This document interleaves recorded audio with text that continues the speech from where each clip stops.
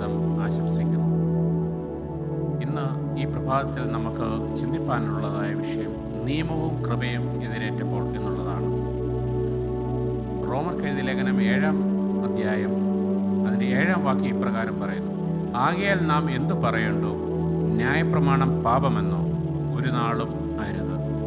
1954 ഒരു വേനൽക്കാലത്ത് അമേരിക്കയിലെ അലബാമയിലെ മോണ്ട്ഗോമറിയിൽ വെച്ച് ഒരു സുവിശേഷ യോഗ പരമ്പര നടത്തപ്പെട്ടു. 3 ദൂതന്മാരുടെ ദൂതായിരുന്നു അവിടെ പ്രസംഗിച്ചു കൊണ്ടിരുന്നത്.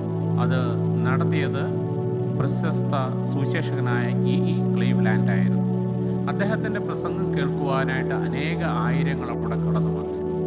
ആ സമയത്ത് 2 പ്രസംഗകരും അത് കേൾക്കുവാനായിട്ട് കടന്നു വന്നിരുന്നു. ആ 2 പേരും അക്കാലത്ത് പ്രസംഗകലയിൽ അധികം പ്രാവീണ്യം നേടിയവരായിരുന്നില്ല.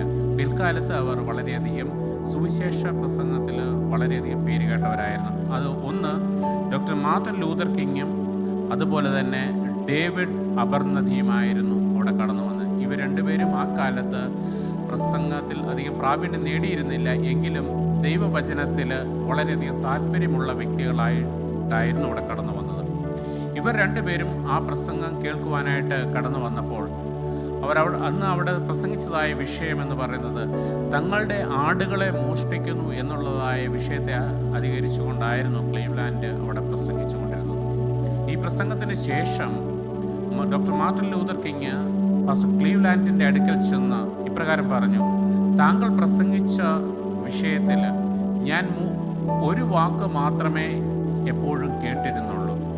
നിയമം നിയമം നിയമം, അതായത് ലോ ലോ ലോ എന്ന് മാത്രമേ കേട്ടിരുന്നുള്ളൂ എന്ന് പറഞ്ഞു. അപ്പോൾ ക്ലീവ്ലാൻഡ് ഡോക്ടർ മാർട്ടിൻ ലൂതറിനോട് പറഞ്ഞു: താങ്കൾ തീർച്ചയായിട്ടും ഈ പ്രസംഗം കേൾക്കാൻ വൈകി ആയിരിക്കണം വന്നത്. കാരണം ഞാൻ ലോ ലോ എന്ന് മാത്രമല്ല പറഞ്ഞത്, ലോഡ്, അതായത് കർത്താവ് കർത്താവ് കർത്താവ് എന്നിങ്ങനെയാണ് പറഞ്ഞത്.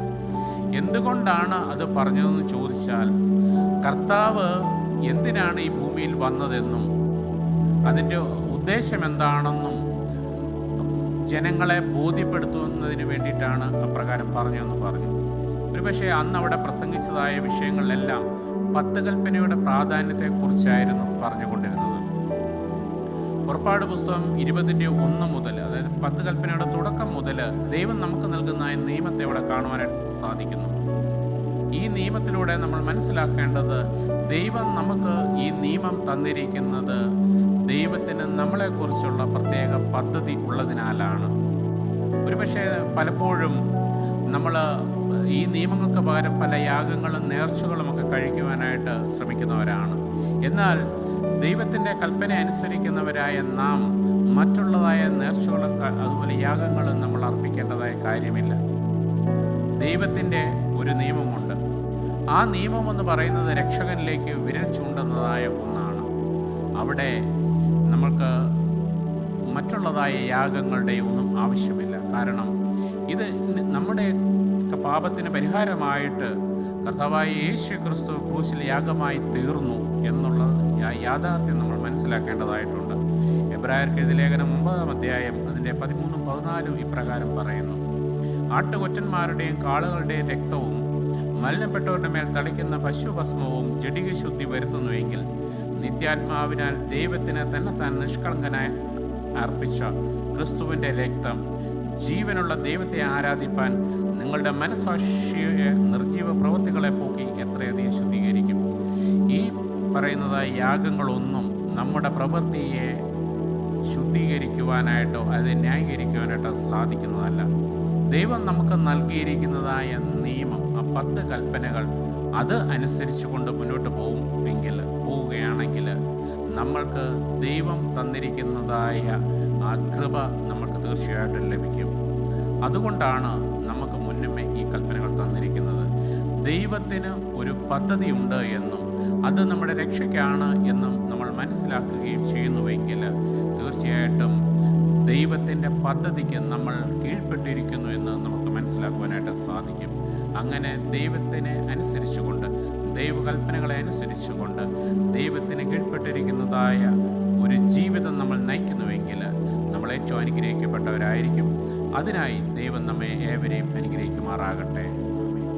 ഒരു നിമിഷം കണ്ണുകളെ അടയ്ക്കാം, പ്രാർത്ഥിക്കാം.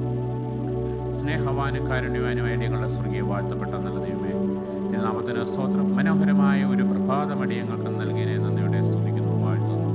ഈ പ്രഭാതത്തിൽ അങ്ങ് അടിയങ്ങൾക്ക് നൽകിയതായ ആ നിയമത്തെപ്പറ്റി മനസ്സിലാക്കുവാനായിട്ട് സാധിച്ചു. അത് അങ്ങയ്ക്ക് അടിയങ്ങളുടെ മേലൊരു പദ്ധതി ഉണ്ട് എന്ന് അടിയങ്ങൾ മനസ്സിലാക്കുന്നു. അങ്ങ് അടിയങ്ങൾക്ക് നൽകിയതായ കൽപ്പനകളെ അനുസരിച്ചുകൊണ്ട് ജീവിക്കാനായിട്ട് ആ നിത്യതയിലേക്ക് അടിയങ്ങളെ ഒരുക്കുവാൻ തക്കോണം അതിനെ പ്രേരിപ്പിക്കുക, അനുഗ്രഹിക്കുകയും ചെയ്യണമേ എന്ന് യാചിക്കുന്നു.